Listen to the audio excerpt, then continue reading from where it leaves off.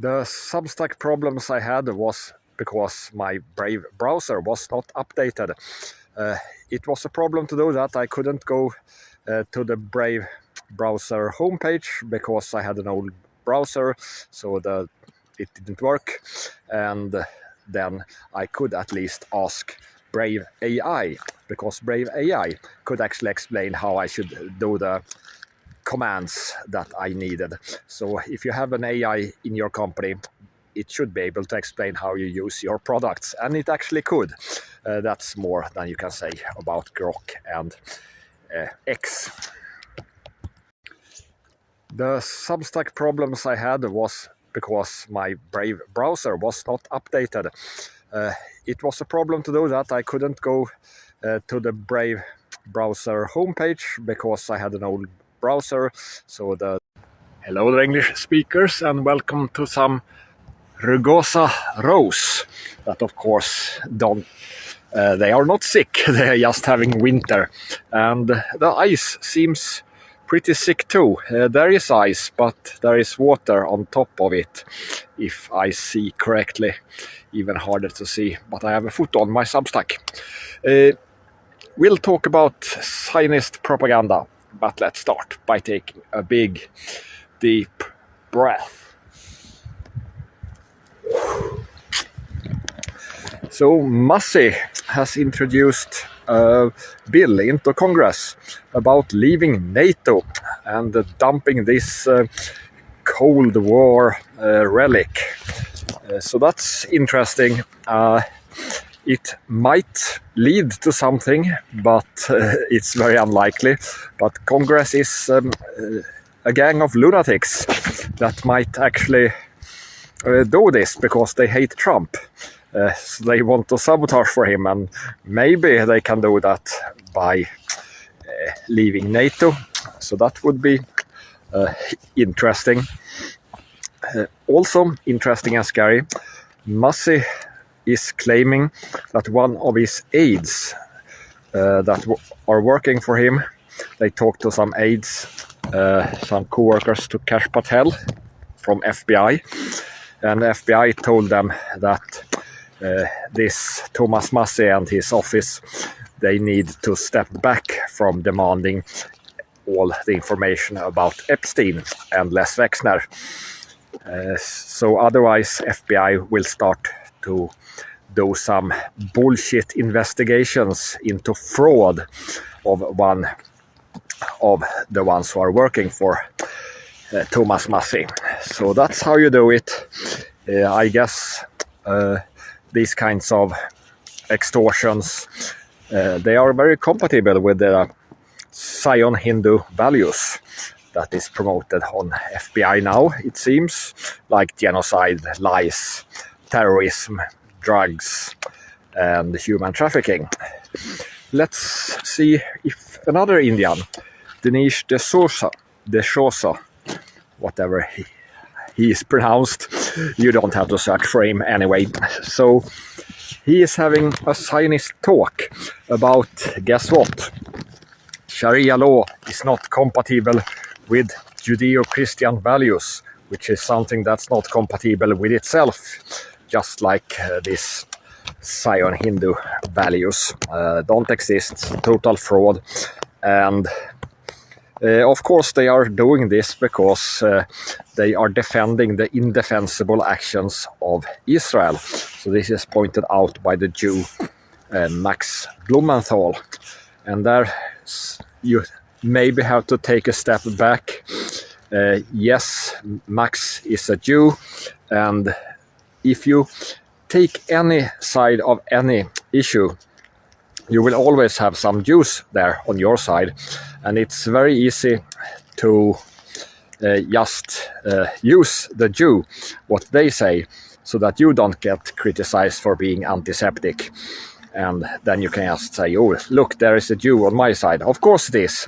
There is always one trying to grift by having your opinion, or actually an honest one, or whatever, for reasons. And then they get more power because their enemy Jews will promote them, and they will promote their enemy Jews instead of promoting Dinesh D'Souza, that is only promoted by Zionists, and no one cares much about him, but they still give him money and support, it seems.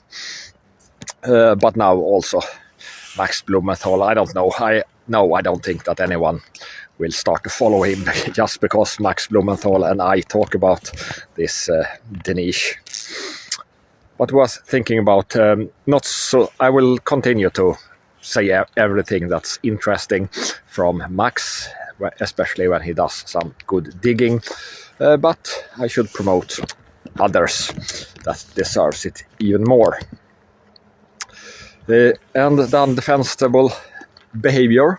You just have to look what has Ben Gvir been doing today. And they were in Knesset wearing nose pins. And I don't mean nose. I mean the one that you're hanging people with. Nose. I don't know how to pronounce it exactly. They want to execute prisoners because they want to show that Jews are allowed to break every kind of moral law. That's what they think in this party that is called Jewish power.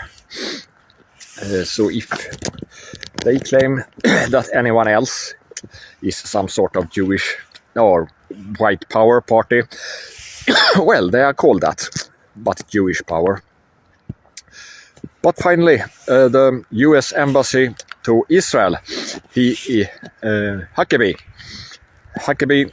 is calling out the growing cancer within the evangelical movement.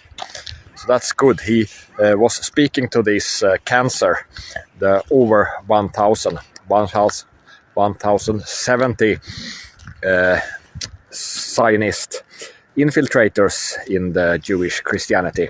And he said that they should fight this growing cancer, not themselves, actually.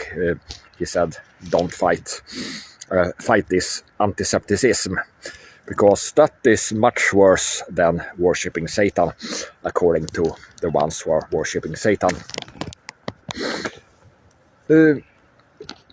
But there is no Jewish global conspiracy. There is a World Jewish Conference, and they have a president, of course, Ron Lauder. So it's very loud, spells differently, but still, if any politician anywhere has any sort of platform that contains anti-Semitism, and with that he means if there is someone who is not an obedient slave to the Jewish mafia, then they will be a target.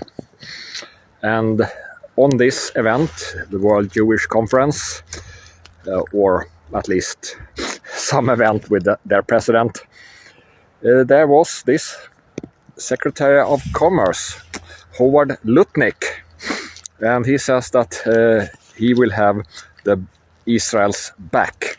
That means that he will hunt people like Francisco Albanese, that is exposing all the profits that the Holocaust promoting companies are doing, while the Israeli people are not doing great.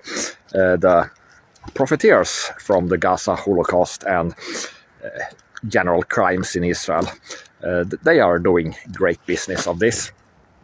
And Howard Lutnick wants to defend that.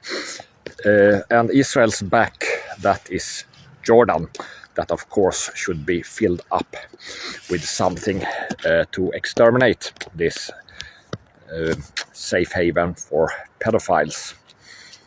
To defend Lutnick, though, he is less bad than his former neighbor, Jeffrey Epstein, that he didn't like at all, because he is a creep. Jeffrey Epstein, that is, and his Wexner friends. And Lutnick also lost his brother, despite that Lucky Larry Silverstein could have warned him about 9/11, but no, most of Lutnick's company and his brother died in that, while he luckily survived himself. So you can wonder if anything of this is compatible with Western values, but I wouldn't trust Lutnick more than a camp of Chabad Jews that even Putin seems to be okay-ish with. Daniel Finkelstein, so he is a horrible person in UK, and he was talking to Piers Morgan. But anyway, he has written articles, this Daniel Finkelstein. 31 months in prison for a mother that posted a racist tweet. That's totally great, because they need to repress white anger. And yeah, the white people, we will get so much less angry if we just get locked up in prison. So that's his thinking. And then he goes on with typical as toxic as possible argument. Imagine, says the Jew, imagine that if it had been a Muslim criticizing Christians. Yeah, they do that all the time, because the Jews tell them to do that. And I think we should consider to have some laws against freedom of speech, only the bad one. That is when Jews actually criticize whites. They are not allowed to do that. And they are not allowed to, definitely not criticize blacks or Muslims. I mean, they created Muslim terrorism, the Jews did, so they are not allowed to criticize that. And all the Jews that say good things and criticize other Jews, that's totally okay, but it's not okay to criticize anyone else, not even communists. If you are a Jew and you criticize communists, no, you are not allowed to do that, and you are not allowed to be a communist either. That makes total sense if we should use this logic, and sometime people will actually do that. And of course they are behind Toledo 711 that expanded not only to let the Muslims into Toledo, but to the everywhere, all across the globe, and every year and every day since then. Some Jews have been conspiring to do mass immigration, so they are not allowed to blame anyone for anything. That makes total sense, I think. And also, why don't we hear? You heard about how these Hindu organizations that are infiltrated by Zionists, and over 1,000 pastors that went to Israel to infiltrate their churches. But Islam then? We don't hear much about how they are infiltrated by the same Jewish mafia, or another part of the same Jewish mafia. One reason is, of course, that the ones who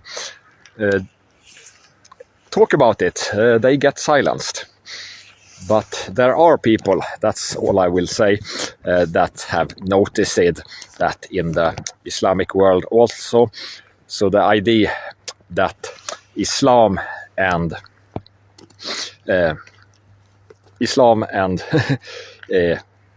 the Jewish mafia work together to destroy the West, that's a psyop from the Zionists. Don't fall for that. It's of course the same that the Zionists have infiltrated Christianity, and you can just ask Iraq and Syria how that went, and they should of course blame the Jews that are guilty of the Jews, not innocent Christians or infiltrated Christians organizations. They should only be blamed for being infiltrated. So that was some bad stuff from Alex Jones. Of course there is Islam or Muslims together with Jews that are trying to destroy the West. But it's a bad frame to have. But if you have a good frame, Epstein, you can read many of his emails now, and he's a complete idiot. He writes like an idiot. So why can he be so powerful? Well, he has money, contacts, and he is a sociopath. That's why he could become powerful. So if you know that, maybe you feel better about humanity's chances. And Tucker Carlson was also really good when he interviewed Francesca Albanese, and he also had a long monologue about Israel. The thing is, you don't have to listen to it, but someone who is a conservative and lean towards liking Israel, Tucker Carlson has the perfect pacing for them. Don't let them listen to me if they think that Israel is the most trustworthy thing that can't do anything wrong. Let them listen to Tucker Carlson sometime first. That's just a better pacing. I can't be Tucker Carlson, but he can very well be Tucker Carlson. So that's my lesson on pacing. Use someone who, are closer to them, both culturally, in age, and, well, in the view of the world. But with that, bye here from the church lake.